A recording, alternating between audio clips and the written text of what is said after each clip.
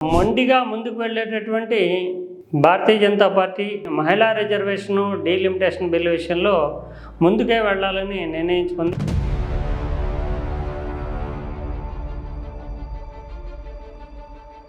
తగినంత బలం అంటే ఈ రాజ్యాంగ సవరణ ద్వారా జరిగేటటువంటి ఈ ప్రక్రియలో తగినంత బలం లేకపోయినప్పటికీ ఎందుకు మొండిగా ముందుకు వెళ్తున్నారంటే,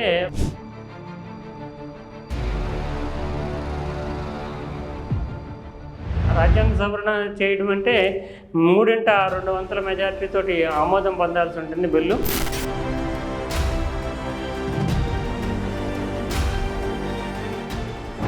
కాంగ్రెస్ పార్టీ ఏదైతే ఉందో ఆ పార్టీని కోలుకోలేనటువంటి రాజకీయంగా దెబ్బతీయడానికి కూడా ఈ బిల్లు ఉపయోగపడుతుందని కేంద్ర ప్రభుత్వం భావించడం వల్లే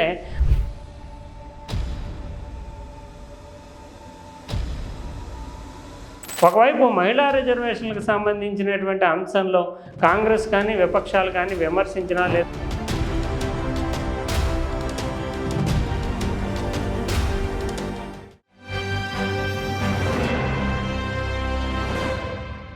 అనేక విషయాల్లో మొండిగా ముందుకు వెళ్ళేటటువంటి భారతీయ జనతా పార్టీ ఎన్డీఏ ప్రభుత్వము ఇప్పుడు మరోసారి ఒక భారీ డేరింగ్ స్టెప్ తోటి మహిళా రిజర్వేషను డీలిమిటేషన్ బిల్లు విషయంలో ముందుకే వెళ్ళాలని నిర్ణయించుకుంది. ఈ నెల 16, 17, 18 తేదీల్లో జరిగేటటువంటి చర్చలో దేశవ్యాప్తంగా ఉండేటటువంటి లోక్సభ స్థానాల సంఖ్యకు సంబంధించినటువంటి పునర్విభజన, అదే సందర్భంలో మహిళా రిజర్వేషన్లకు సంబంధించినటువంటి బిల్లులన్నింటినీ ముందుకు తీసుకెళ్లాలని ప్రయత్నం చేస్తుంది. నిజానికి తగినంత బలము అంటే ఈ రాజ్యాంగ సవరణ ద్వారా జరిగేటటువంటి ఈ ప్రక్రియలో తగినంత బలం లేకపోయినప్పటికీ ఎందుకు మొండిగా ముందుకు వెళ్తున్నారంటే, ప్రత్యర్థులందరినీ కూడా చిత్తు చేయాలి, రాజకీయ వ్యూహంతో చక్రబంధంలో ఇరుక్కు పడేటట్టుగా చేయాలనేటటువంటి ఒక పకడ్బందీ ప్లాన్ తోటి నరేంద్ర మోడీ ప్రభుత్వం ఈ విషయంలో వెనక్కి వెళ్ళినటువంటి పరిస్థితిలో వ్యూహాన్ని సిద్ధం చేసుకుందని రాజకీయ పరిశీలకులు చెప్తున్నారు.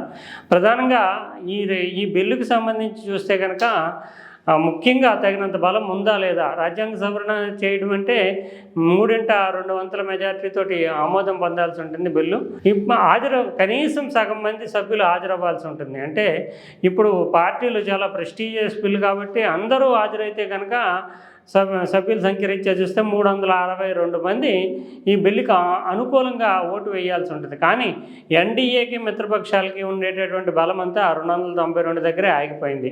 మరి 60 పైచిలకు సీట్లను ఎలా సాధిస్తారంటే, ఏదో రకంగా సమకూర్చుకుంటాము అనేటటువంటి ఒక ధైర్యం, మొండితనం ఒకవైపు అయితే, వైఎస్ఆర్ కాంగ్రెస్ పార్టీ ఇతరత్ర కొన్ని పార్టీలు సహకరించేటటువంటి అవకాశం ఉంటుంది.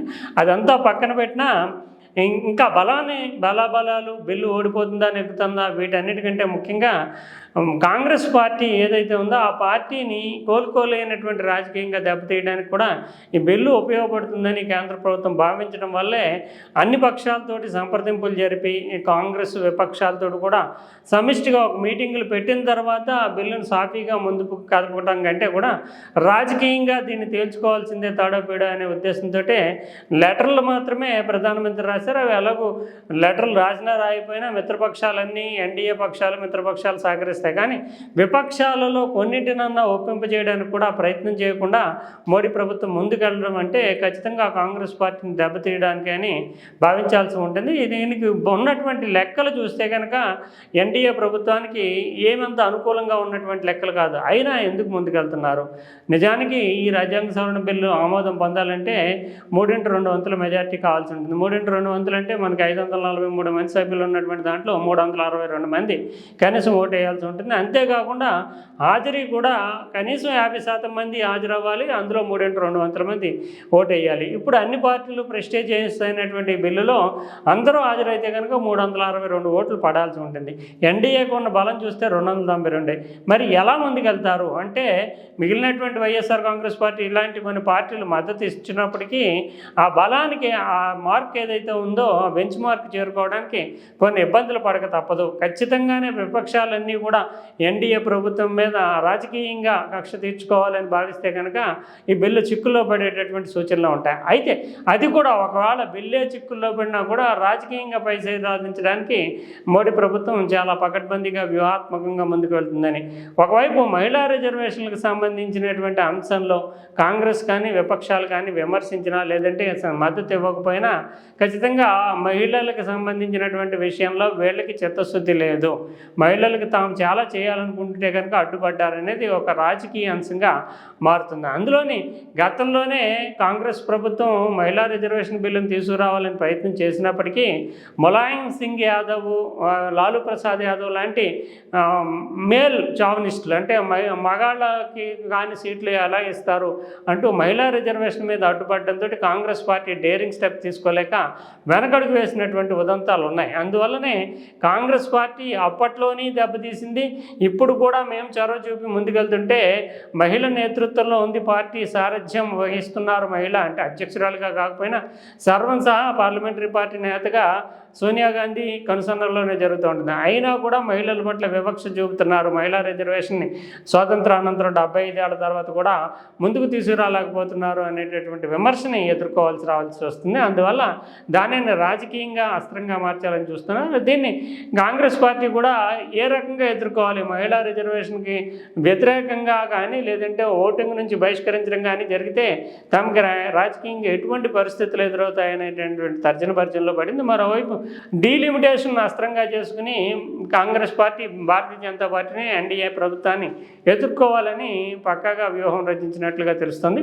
దీనికి ఇప్పటికే తెలంగాణ ముఖ్యమంత్రి ఆ బాధ్యతను తీసుకున్నారంటే మిగిలినటువంటి ముఖ్యమంత్రులు కానీ కాంగ్రెస్ నాయకులు కానీ ఉత్తరాదిలో నష్టం జరుగుతుందనే ఉద్దేశంతో పెద్దగా వాయిస్ వినిపించకుండా సన్నాయి నొక్కులు మాత్రమే నొక్కుతుంటే రేవంత్ రెడ్డి మాత్రం టెక్నికల్గా ఫిగర్స్ని అన్నింటినీ పట్టుకుని డీలిమిటేషన్లో అన్యాయం జరుగుతుంది అంటే మహిళా రిజర్వేషన్ని డీలిమిటేషన్తో ఢీకొనాలనేటటువంటి వ్యూహంతో కాంగ్రెస్ పార్టీ వ్యవహరిస్తుంది. అయితే డీలిమిటేషన్ ఎంత మేరకు ప్రభావం చూపుతుంది ప్రజల్లో అంటే అది ఎవరు చెప్పలేరు, ఎందుకంటే నాయకులకు వచ్చే పదవుల గురించి ప్రజలు పెద్దగా ఆలోచించరు. కానీ మహిళా రిజర్వేషన్ అనేది ప్రతి మహిళలు కూడా ఆలోచింపజేసే విధంగా ఉంటుంది కాబట్టి ఖచ్చితంగా ఆ రకమైనటువంటి సెంటిమెంట్ విషయంలో ఎన్డీఏ కొన్ని మార్కులు ఉంటాయి. కానీ ఈ డీలిమిటేషన్ కూడా పక్కాగా వ్యూహంతో రేవంత్ రెడ్డి ఒక పోరాటాస్త్రంగా మారుస్తున్నారని చెప్పాలి. ఇప్పుడుండేటటువంటి రేషియోల్లో పెద్దగా తేడాలు వస్తాయా లేదా అనేది పక్కన పెడితే రాష్ట్రాల వారీగా 50% కోటా పెంచుతామంటూ అన్ని రాష్ట్రాలకి 50% పెంచుతామంటూ పైకి చూసినప్పుడు ఇది ఒక సమంజసమైనటువంటి రేషనలైజ్డ్గానే పెంపుదల సీట్ల పెంపుదల జరుగుతున్నట్లుగా కనిపిస్తుంది. అయితే సీట్ల సంఖ్య అంతరం చూసినప్పుడు మాత్రం ఖచ్చితంగా ఇప్పటికే ఉత్తరాదిని ఎక్కువగా ఉన్నాయి కాబట్టి దాని రేషియోలోనే ఎక్కువగా పెరుగుతూ ఉంటాయి. దక్షిణ భారతదేశంలో 130 సీట్లు ఉంటే 195 అంటే 50% పెరిగితే 195 సీట్ల వరకు పెరగడానికి అవకాశం ఉంటుంది.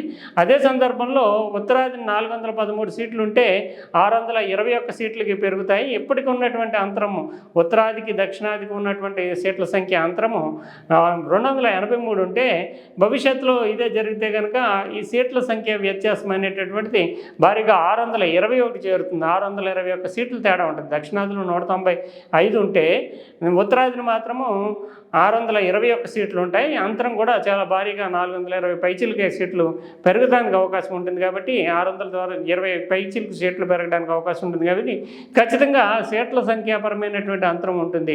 అందువల్ల దీనిని అడ్వాంటేజ్గా మార్చాలి పొలిటికల్గా అనేది రేవంత్ రెడ్డి వ్యూహంగా ఉంది. అయితే ఆయన ప్రతిపాదిస్తున్నటువంటి హైబ్రిడ్ ఫార్ములా మాత్రం అసమంజసం అంటూ ఇప్పటికే నిపుణులు కానీ లేదంటే విస్తృతమైనటువంటి అవగాహన ఉన్నటువంటి వాళ్ళు కానీ చెబుతున్నారు. ఎందుకంటే దక్షిణ భారతదేశం ఆర్థికంగా ముందులో ఉంది కనుక ఆర్థిక ప్రగతిని దృష్టిలో పెట్టుకుని ఆ రేషియోలో మాకు 50% సీట్లు ఇవ్వాలనేటటువంటి డిమాండ్ని ఆయన ముందుకు తీసుకొస్తున్నారు.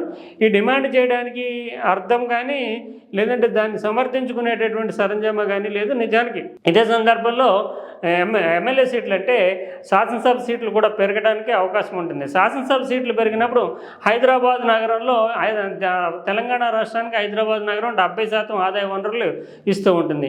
మిగిలిన రాష్ట్రం అంతా కూడా 30% మాత్రమే ఆదాయ వనరులు ఇస్తుంది. ఇదే డిమాండ్ని ముందుకు తీసుకెళ్తే కనుక మిగిలిన ప్రాంతానికి హైదరాబాద్లో ఎక్కువ ఆదాయ వనరులు ఉన్నాయి కనుక హైదరాబాద్కి 70% సీట్లు ఎమ్మెల్యే సీట్లు ఇచ్చి మిగిలిన తెలంగాణ మొత్తం ప్రాంతానికి అంతా 30% సీట్లే ఇవ్వాలంటే ఎవరైనా ఒప్పుకుంటారా? అందువల్ల అది సమంజసమైనటువంటి డిమాండ్ కాదు. ప్రోరేటా ప్రకారం ఇవ్వాలంటే ఒక విభజన రేకెత్తించడమో రాజకీయాంశంగా మార్చడం మాత్రమే. దీన్ని అమలు చేసే అవకాశం కానీ దీన్ని పెద్దగా పట్టించుకునే అవకాశం కానీ లేదు. బలాబలాలు అంకెలు అవి మాత్రమే ఈ బిల్లు ఆమోదం పొందుతుందా లేదా అనేది తేల్చాల్సి ఉంటుంది. ఇది పొలిటికల్ డిమాండ్. రేవంత్ రెడ్డి ఎంత చేసినా కూడా దాన్ని ఎవరు పెద్దగా పట్టించుకునేటటువంటి అవకాశం లేదు. అయితే కాంగ్రెస్ పార్టీ మిగిలినటువంటి మొత్తం పక్షాలన్నింటినీ కూడా విపక్షాలన్నింటినీ కూడా ఏకతాటిపైకి తీసుకొచ్చి పోరాటం చేయగలుగుతుందా, అందుకు అవసరమైనటువంటి ప్లాట్ఫామ్ నిర్మించగలుగుతుందా, లేదంటే బీజేపీ ఫ్లోర్ మేనేజ్మెంట్ ద్వారా మిగిలిన పక్షాల్లో ఉండేటటువంటి విభేదాలు కొన్ని రకాలైనటువంటి ప్రలోభాల ద్వారా కొంతమందిని ఆకట్టుకుని ఓటింగ్కి అనుకూలంగా మార్చుకోగలుగుతుంది. ఎందుకంటే బీజేపీకి ఇప్పుడున్నటువంటి బలం కానీ వైఎస్ఆర్ కాంగ్రెస్ పార్టీ లాంటి పార్టీల సపోర్ట్ కానీ చూస్తే కనుక ఒక 60 సీట్ల వరకు కూడా తక్కువ పడేటటువంటి అవకాశాలు కనిపిస్తున్నాయి.